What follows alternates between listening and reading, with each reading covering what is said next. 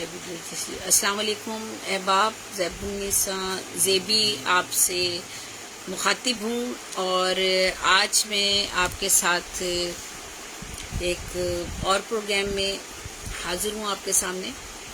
اور یہ global writer ایسوسی ایشن اٹلی کی جانب سے ایک تنظیم کی تنظیم ہے، ان کی جانب سے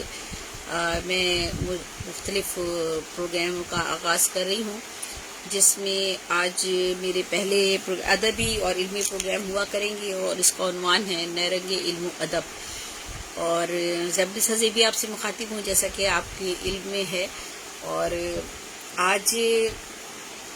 چونکہ رمضان کا مہینہ شروع ہو چکا ہے، آج پہلا روزہ ہے، تمام مسلمان عالم کو پہلا روزہ مبارک ہو، اور اللہ تعالی ہم سب کو خیر و عافیت کے ساتھ رکھے۔ تو میں آج جس موضوع کا آغاز کر رہی ہوں وہ ہے روزہ، اور پھر اقسام روزہ اور نیت۔ تو اس پر میں آپ سے آج مختصر بات کرنا چاہوں گی، اور جو بھی جیسا کہ ہم سب کے علم میں ہے کہ سورہ بقرہ میں کہا گیا اس کی یہ حقیقت واضح کر دی گئی کہ روزہ صرف مسلمانوں پر ہی فرض نہیں کیا گیا، بلکہ اس سے قبل جتنی بھی امتیں اور مذاہب گزرے ہیں ان سب پر روزہ فرض تھا۔ یہ ممکن ہے کہ روزے کی نوعیت و کیفیت اور تعداد میں کمی بیشی ہو، لیکن روزہ خواہ کسی بھی صورت میں بھی تھا، ان پر فرض ضرور تھا۔ اور اسی طرح سے ہندوؤں میں، جین مذہب میں، یہودیوں میں، عیسائیوں میں بھی روزے کا وجود موجود ہے۔ اور اب جب ہم سارے جب اس سے قبل روزہ موجود تھا، تو اب جب ہم اپنے مذہب اسلام کی بات کرتے ہیں، جو کہ سب سے افضل مذہب ہے، اور جس میں مسلمانوں کو ماہ روزہ میں پورے رمضان کے روزے رکھنے کا حکم فرمایا گیا ہے، تو اس میں روزہ رکھنے کے بارے میں جو بات بتانے جا رہی ہوں میں، کہ روزہ ہم رکھتے کیوں ہیں، یہ روزہ کیوں رکھا جا رہا ہے، وجوہات کیا ہے، اور روزہ جو ہے وہ کیا مطلب مقصد کیا ہے، روزہ رکھنے کا طریقہ کار کیا ہے۔ اور ہمارے ہاں میں چونکہ اسلام کی بات کر رہی ہوں اور مسلمانوں کے روزے کی بات کر رہی ہوں، چونکہ رمضان کا مہینہ ہے، تو اب میں اسی حوالے سے بات کروں گی۔ تو میں کہوں گی اس میں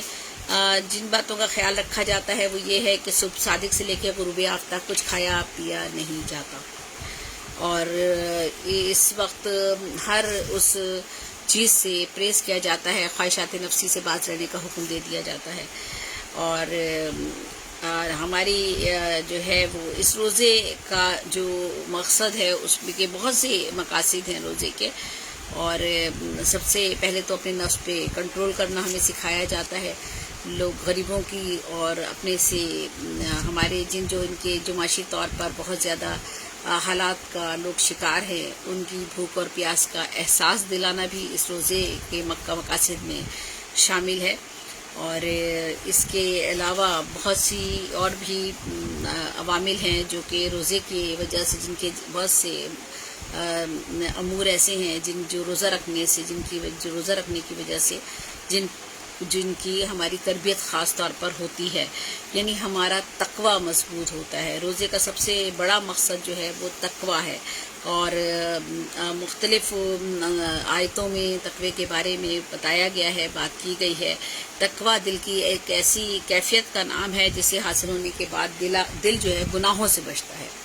یعنی روزہ اگر ہم تقوی کی طرف جائیں گے تو ہم گناہوں سے، برائیوں سے اور برے اعمال سے اپنے آپ کو محفوظ کر سکیں گے۔ تو ہمیں تقوی نیکیوں کی طرف راغب کرے گا، اور ہمارے جو ایسے جذبات ہیں نفسانی جذبات، ہماری خواہشات بیجا، ان سے ہمیں روکے گا۔ تو روزہ کا مقاصد میں جہاں ہمیں بھوک و پیاس کے ساتھ سارا دن رہنے کے بعد اس بات کا احساس کرنا ہے کہ جو غریب لوگ ہیں یا مستحق لوگ ہیں یا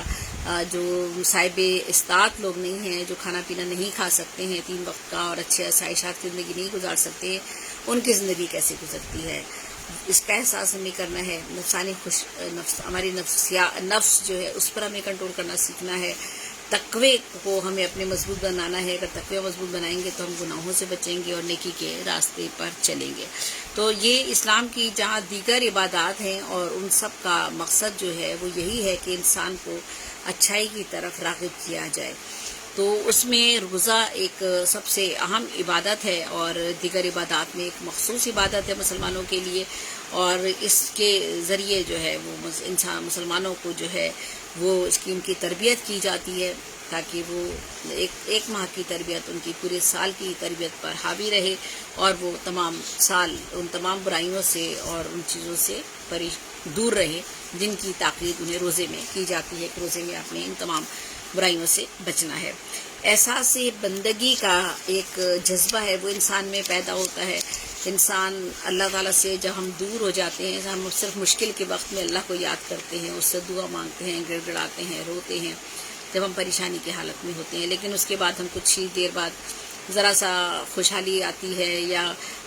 ہم خوش ہوتے ہیں تو اللہ کو اپنے بھول جاتے ہیں. تو یہ احساس بندگی کا بھی ایک جو جذبہ ہے وہ بیدار کرتا ہے روزہ ہمارے اندر. اور روزہ جو ہے وہ ہمیں یقین اور ہمارے ایمان کو پختہ کرتا ہے، اور یہ پختہ ایمان اور یقین کی ایک علامت ہے کہ ہم اپنے رب کے حکم کی کتنی پابندی کرتے ہیں اور کتنا اس کے ساتھ اپنے رب سے قربت حاصل کرنے کے لیے ہم کس قربانی اور کس اثار سے ہم گزر سکتے ہیں اور گزرنا چاہیے ہمیں، اور کس طرح سے ہمیں اس کی تربیت حاصل کرنی چاہیے. تو یہ اس میں ساتھ ساتھ ہمیں ہمارے روزمرہ کے جو ہمارے اعمال ہیں، مثلا جھوٹ بولنا، بے ایمانی کرنا، ناپ تول میں جو ہے وہ کمی کا اظہار کرنا اور لوگوں کے ساتھ منافقت کرنا، دلوں میں کدورتی رکھنا، غیبت کرنا، چھوٹی چھوٹی سی جو برائیاں ہیں جن کو ہم بہت چھوٹی چھوٹی برائیاں سمجھتے ہیں، وہ جو گناہ صغیرہ ہوتے ہیں وہ گناہ کبیرہ سے بہت بڑے ہوتے ہیں. اس لیے بڑے ہوتے ہیں کہ ایک چھوٹا سا گناہ، ایک چھوٹی سی غلطی، آپ کی ایک چھوٹی سی خطا جو ہے وہ آپ کو بڑے سے بڑا گناہ کی طرف راغب کرتی ہے، اور آپ اس میں اتنے پختہ ہوتے چلے جاتے ہیں کہ آپ کو احساس ہی نہیں ہوتا کہ آپ کوئی خطا کر رہے ہیں یا غلطی کر رہے ہیں، آپ اس بات کے لیے تیار ہی نہیں ہوتے ہیں. تو ضبط نفس کو برقرار رکھنا اور آپ کا جو بھی آپ کی خواہشات ہیں ان پر قابو پانا اور فاقے کا احساس کرنا کہ فاقہ کیا چیز ہوتا ہے، غربت کیا چیز ہوتی ہے. پھر صبر و تحمل کا اظہار کرنا، یعنی جب آپ روزہ رکھ رہے ہیں تو آپ کا جسم مشکلات سہتا ہے، تکلیف برداشت کرتا ہے، آپ کو پیاس لگ رہی ہوتی ہے، آپ پانی نہیں پیتے ہیں، آپ کو بھوک لگ رہی ہوتی ہے، آپ کھانا نہیں کھاتے ہیں صرف اللہ کی رضا کے لیے. تو یہ ایک صبر و تحمل کا جذبہ آپ کے اندر بیدار ہوتا ہے. اور روزہ روزہ حدیث پاک ہے کہ روزہ جو ہے وہ ڈھال ہے. تو روزہ ہم کو برائیوں سے محفوظ رکھتا ہے اور ہمیں فساد سے، شر سے اور ہماری روحانی جو ہے وہ روحانی طور پر ہماری اصلاح کرتا ہے، روحانی پاکیزگی کی طرف ہمیں لے کے جاتا ہے. اور ایک روزے کے جو اثرات ہیں وہ نہ صرف انفرادی طور پر ایک شخص پر پڑتے ہیں بلکہ اجتماعی طور پر بھی. نہ صرف یہ کہ ہم ایک انفرادی طور پہ آدمی جب روزہ رکھتا ہے تو اس کے اندر بہت سی خصوصیات خود بخود وصف اور خصوصیات جو ہے بیدار ہوتی ہیں، جاگتی ہیں اور وہ ان کی طرف بڑھتا ہے. وقت کی پابندی سیکھتا ہے. جب آپ صبح اٹھتے ہیں ایک وقت کی پابندی کے ساتھ آپ دیکھتے ہیں کہ آپ کو اتنے بجے اٹھنا ہے، اتنے بجے روزہ افطار کرنی، سحری کرنی ہے، اتنے بجے آپ نے افطار کرنی ہے، اتنے بجے آپ نے نماز پڑھنی ہے. تو ایک تو وقت کی پابندی کا آپ کو احساس دلاتا ہے، وعدہ کی پابندی کا احساس دلاتا ہے کہ آپ اللہ سے وعدہ کرتے ہیں، اپنے آپ سے وعدہ کرتے ہیں کہ آپ نے روزہ رکھا ہے تو آپ نے جو ہے اسے پورا کرنا ہے. تو آپ دیکھیے کہ ہماری زندگی میں ان چیزوں کی کتنی اہمیت ہے، لیکن ہم اپنی زندگی میں ان چیزوں کو نہیں اپناتے ہیں. پھر استقامت، پامردگی کا مظاہرہ ہمیں کرنا پڑتا ہے. ہمیں کتنی بھی پیاس لگے، کیسی بھی حالت کیوں نہ ہو، ہم جو ہے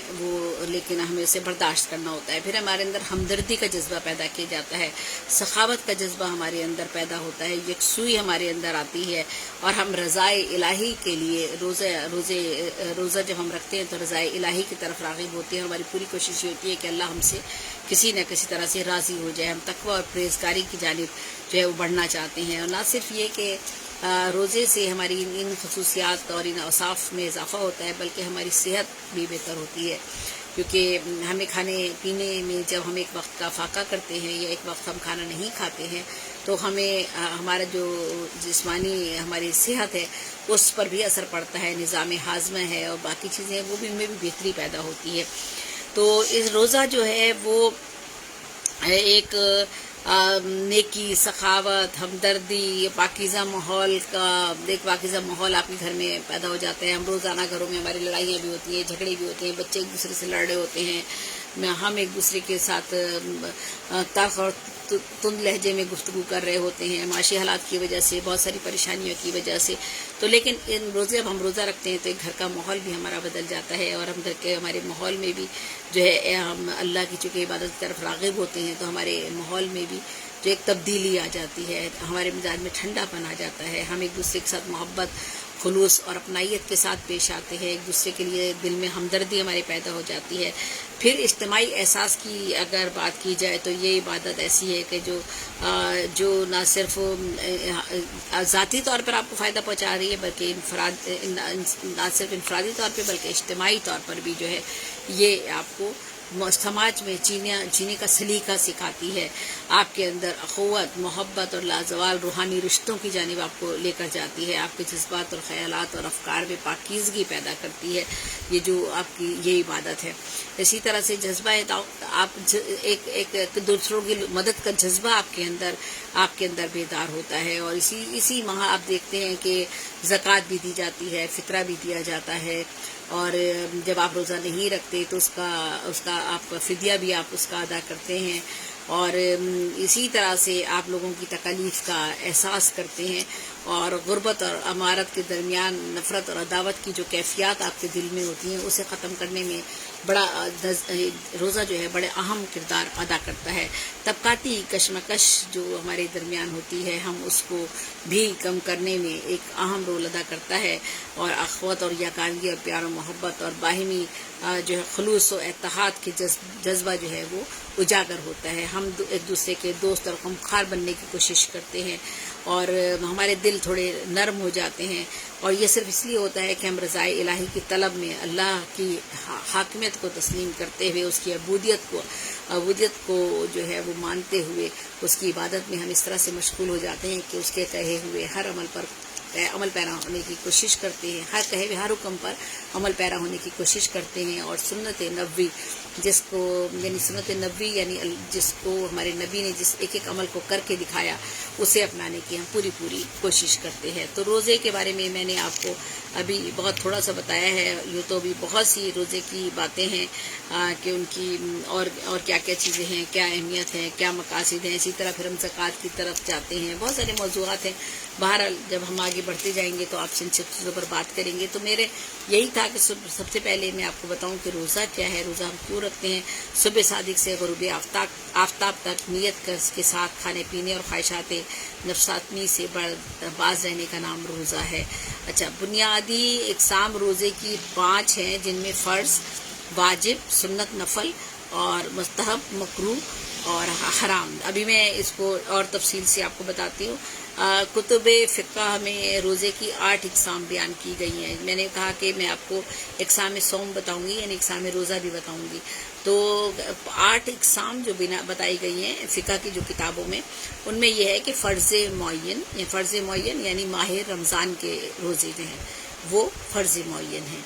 اور فرض غیر معین ماہ رمضان کے قضا شدہ روزے ہوں یعنی قضا روزے ہیں، وہ روزے جو رکھے جاتے ہیں وہ فرض غیر معین ہیں. اسی طرح نظر معین یا واجب معین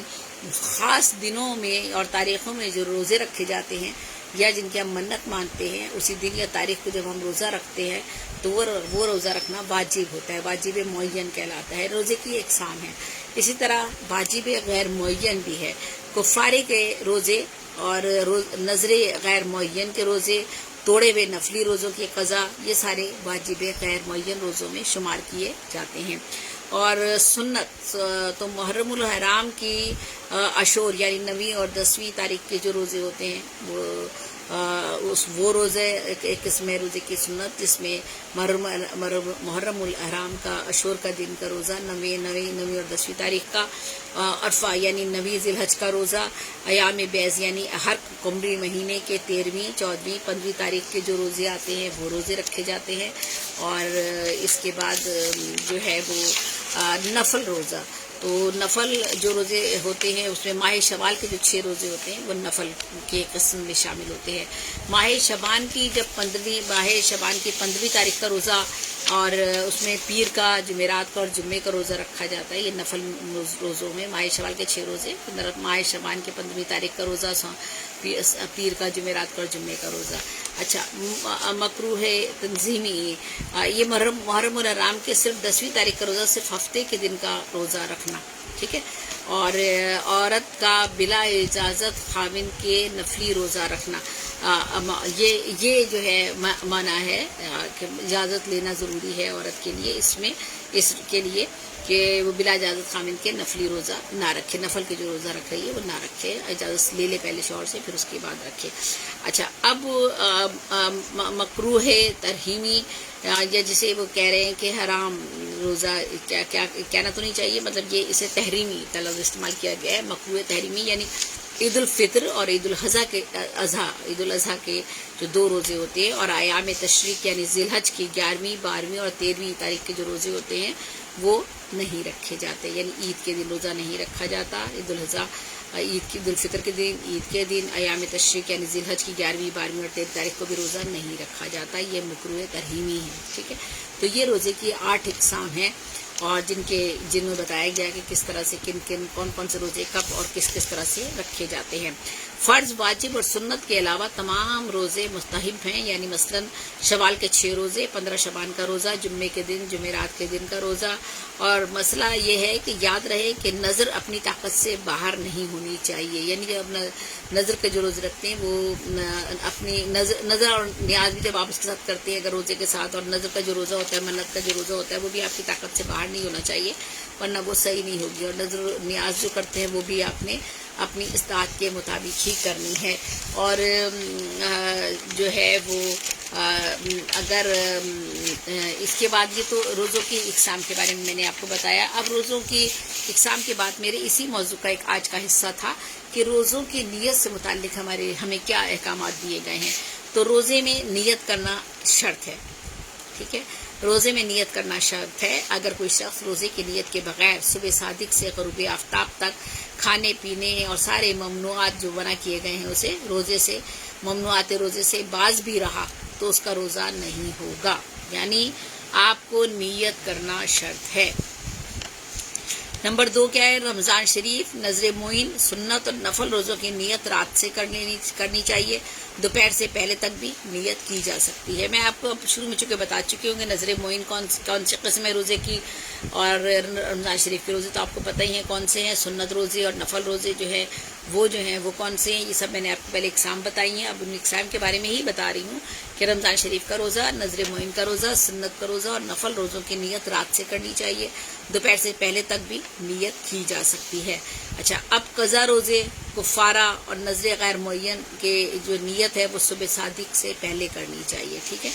اچھا، اب نمبر 4 میں ہے کہ رمضان، نذر معین اور سنت اور نفل روزوں کی نیت میں چاہے روزوں کا نام لے یا صرف روزہ رکھنے کی نیت کرے یا صرف نفل روزوں کی نیت کرے، روزہ ہو جائے گا، ٹھیک ہے۔ تو الف، اگر مذکورہ صورتوں میں یعنی نذر معین یا کوئی اور روزہ رمضان میں رکھے تو وہ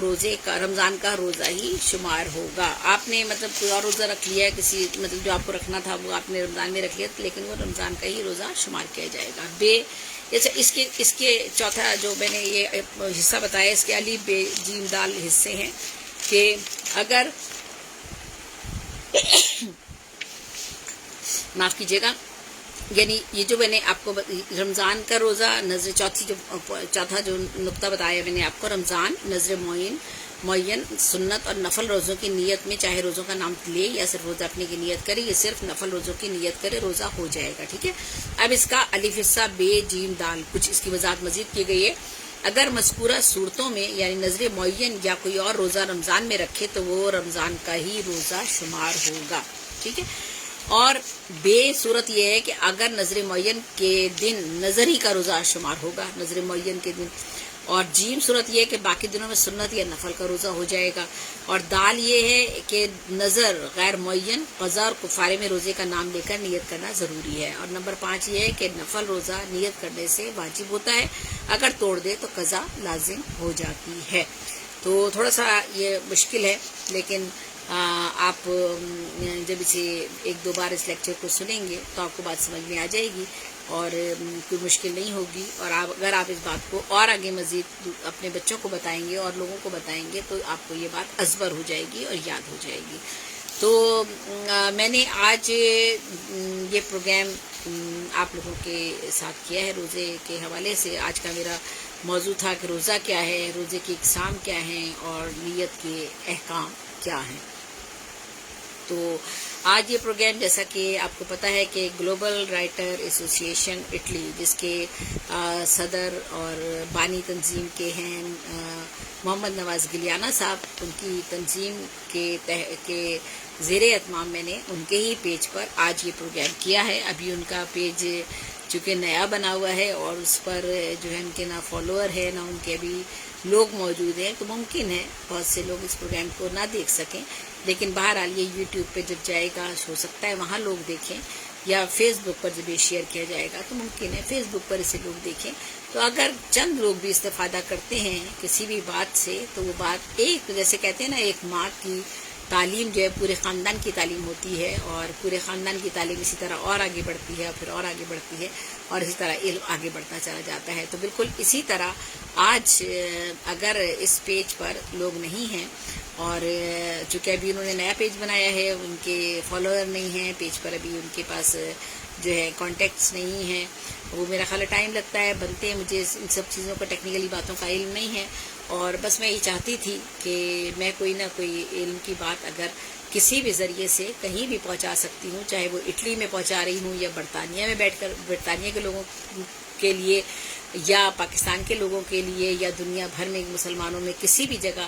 اگر میں کوئی بھی موضوع، میرا اگر اسلام ہے تو اگر چونکہ رمضان ہے تو ہم اسلامی موضوعات کا ہم نے انتخاب کیا ہے، اور پھر ادبی حوالے سے پھر ہم ادبی موضوعات پر بھی بات کریں گے اور زندگی کے ہر موضوع پر ہم گفتگو کریں گے، کیونکہ کوئی علم و آگہی میں زندگی کا ہر موضوع آ جاتا ہے. سیاست، معاشرت، سماج اور مذہب، ہر چیز ہماری زندگی میں جو بھی ہماری زندگی کو متاثر کرتی ہے وہ موضوع اس پر ہم بات کر سکتے ہیں. تو مقصد ہمارا یہ ہے کہ میں گلوبل رائٹر ایسوسی ایشن اٹلی کے زیر ان کے جو آج پیج ہے اس پر میں نے آج یہ پروگرام کیا ہے، اور امید کرتی ہوں کہ آپ لوگ اسے دیکھیں گے اور دیکھنے کے بعد اپنی رائے سے بھی آگاہ کریں گے. کوئی سوال پوچھنا چاہیں گے، کہیں کسی جگہ مجھ سے کوئی خامی رہ گئی ہو تو اس کا اظہار آپ مجھ سے ڈائریکٹ کر سکتے ہیں. زیب النساء زیبی میرا نام ہے، ثنا خان کے نام سے میری فیس بک پر ایک آئی ڈی بنی ہوئی ہے. میری آئی ڈی بلاک ہو گئی تھی میرے نام سے، تو پھر میں دوبارہ بن نہیں سکی، تو میں نے پھر فیس بک کی طرف توجہ ذرا کم ہی کر دی، چھوڑ ہی دی تھی. پھر میں واٹس ایپ کی طرف چلی گئی اور پھر واٹس ایپ کی طرف میں نے کچھ کام کرنا شروع کیا، اور اب یہ جو ہے مختلف پیجز پر میں جو ہوں مختلف ادبی اور دیگر پروگرامز کر رہی ہوں. تو بہت بہت شکریہ محمد نواز گلیانہ صاحب کا اور ان کی پوری ٹیم کا، ان کے تمام ممبران کا، کہ اگر وہ اس پروگرام کو دیکھتے ہیں، سنتے ہیں، اپنی رائے کا اظہار کرتے ہیں تو یقیناً یہ میرے لیے ایک بندہ بھی اگر اس پروگرام سے کچھ استفادہ کرتا ہے تو شاید میری محنت وصول ہو جائے گی. تو بہت بہت شکریہ اور اجازت دیجیے، ان کی میں پوری ٹیم کی شکر گزار ہوں. مجھے اجازت دیجیے. زیب النساء زیبی کو انشاءاللہ اگلے پروگرام میں جلد ہی آپ سے ملاقات ہوگی، اور آپ بھی جن موضوعات کا انتخاب کرنا چاہیں اور جن موضوعات پر آپ چاہیں کہ میں بات کروں تو ان کی نشاندہی کر سکتے ہیں، کامنٹس میں لکھ سکتے ہیں، بتا سکتے ہیں، میرے رابطے نمبر لے سکتے ہیں، محمد نواز گلیانہ صاحب کے رابطے نمبر پہ بات کر سکتے ہیں اور ہمیں بتا سکتے ہیں، تو ہم انشاءاللہ ان موضوعات پر بھی گفتگو کریں گے. زیب النساء زیبی کو اجازت دیجیے گا. پاکستان زندہ باد، پاکستان تا زندہ باد، پاکستان زندہ باد. اللہ حافظ، اللہ نگہبان.